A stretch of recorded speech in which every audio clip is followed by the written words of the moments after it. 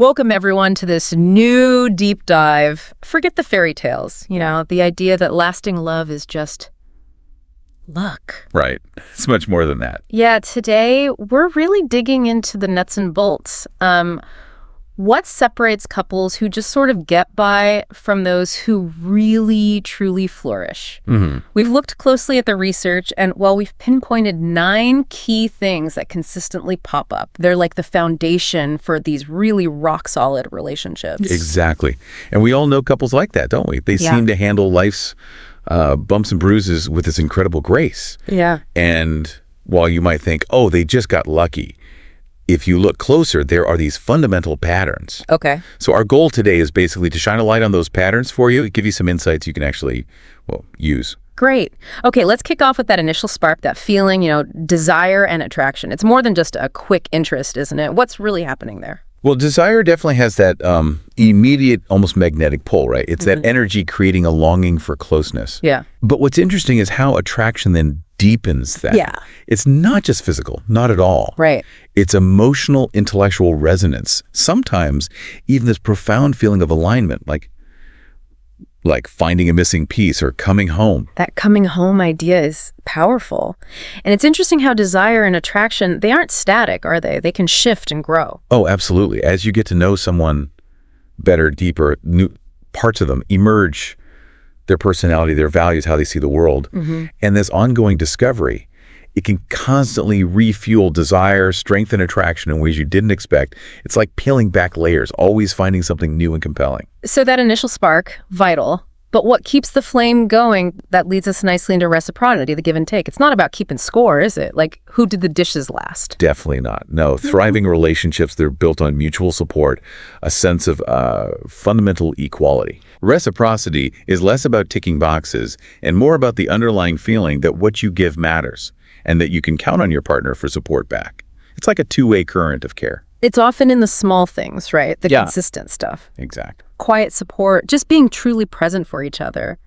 That builds that feeling of an emotional home where you feel seen, heard. Precisely. Being attuned to each other's needs, spoken and unspoken. Offering help, an ear, or just, your focused presence that builds such a powerful sense of mutual care over time. Deep connection. Okay, now here's one that might seem a bit counterintuitive at first. Personal space. How does time apart actually make the connection stronger? Yeah, it does seem paradoxical, doesn't it? But the strength of our partnership isn't just about being together 24/7. Right. It's also about the respect and understanding you have when you're not together. Personal space lets each person recharge, follow their own interests, connect with their own thoughts. So it's not about distance, it's about nurturing your own identity. Exactly. Nurturing your identity. You come back to the relationship more whole, maybe with new perspectives, new energy. It keeps things fresh. So you return as a more maybe well-rounded person, bringing new things to the table, enriching the connection. That's it. When both partners keep growing as individuals, the relationship itself stays dynamic, vibrant. You keep that curiosity about each other alive. The getting to know you part never really stops. That makes a lot of sense. Okay, moving on. Admiration. This is more than just thinking your partner's, all right. It's deeper. Oh, absolutely. Admiration is crucial. It involves genuinely seeing your partner as someone remarkable. Not perfect, obviously, no one is. No, of course not. But seeing qualities you deeply value and respect. Noticing their character, maybe their resilience, those small acts of kindness, how they handle tough times. So it's seeing their inner strength, their character shine through in everyday moments, not putting them on some pedestal, but really recognizing their worth. Precisely. And this admiration, interestingly, it often inspires your own growth, too. Not to change them, but because you respect them so much, you want to be your best self, too. Ah, I see. It's this quiet engine, keeping positive feelings alive, even when things get routine. Okay, we've touched on physical presence, but there's also this vital piece. Emotional presence. What does that actually mean? Being emotionally present.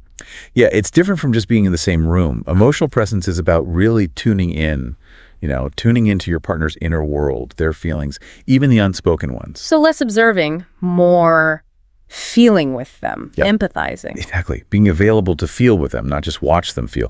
It's creating that safe space where they can be vulnerable, show their real feelings without fearing judgment. That makes sense, creating that safety net. Yes. And when that emotional presence meets vulnerability, that's where profound connection happens. Real safety, especially important today, I think, with so many superficial interactions. And that feeling of safety, that ability to be vulnerable, surely that's tied directly to respect. You called it the foundation everything else stands on. It absolutely is. Yeah. True respect in a relationship. It's deep, it's quiet, it's consistent, way beyond just politeness. It's about accepting your partner, fully honoring their thoughts, their feelings, their boundaries, even their little quirks that are different from yours. Seeing them as they are, not who you want them to be. And importantly, trusting that they won't use your vulnerabilities against you. That feels huge. Precisely. That trust is key. Respect creates that environment where you both feel safe enough to be yourselves, to grow, even to mess up sometimes, without fear of punishment. Love isn't conditional on being perfect. Okay, let's shift to communication and honesty. It's not just about talking a lot, is it? It's the quality, the truthfulness. Right. Transformative communication. It's about sharing your authentic self, the good, the bad, the uncertain. Vulnerability again. Yes. Expressing your truths, your fears, your hopes openly. And just as vital is listening. Really listening to understand their perspective, not just planning your reply. That active listening, so honesty, just showing up without filters, builds that incredibly strong foundation of trust. Absolutely. And that trust must make tackling problems feel, well, less daunting. Definitely. When you have that solid base of trust built on honest communication, any issue feels more manageable because you know you're facing it together from a place of shared understanding and commitment. And then I love this one, humor and a shared vision, the invisible glue. You can really see how that works, can't you? Oh, laughter is such powerful glue. Couples who can laugh together, find joy, find lightness, they build this amazing resilience. Yeah. And the shared vision part doesn't mean you have to want the exact same things in every tiny detail. Right. But it means having a fundamental alignment on the direction you want your life together to go, where you're headed, broadly speaking. So finding joy day to day and having that sense of a shared path long term, and humor, it's like a pressure release valve, isn't it? Totally. Diffuses tension, turns tricky moments into shared memories sometimes. Exactly. Eases tension, keeps things playful, reinforces that feeling of being a team, facing life's ups and downs together. It seems small, maybe, but the impact on long-term happiness is huge. Okay, finally, number 9, boundaries. Because loving you means honoring me. This feels like it ties everything together somehow. It really does. Lasting love isn't about merging into one person.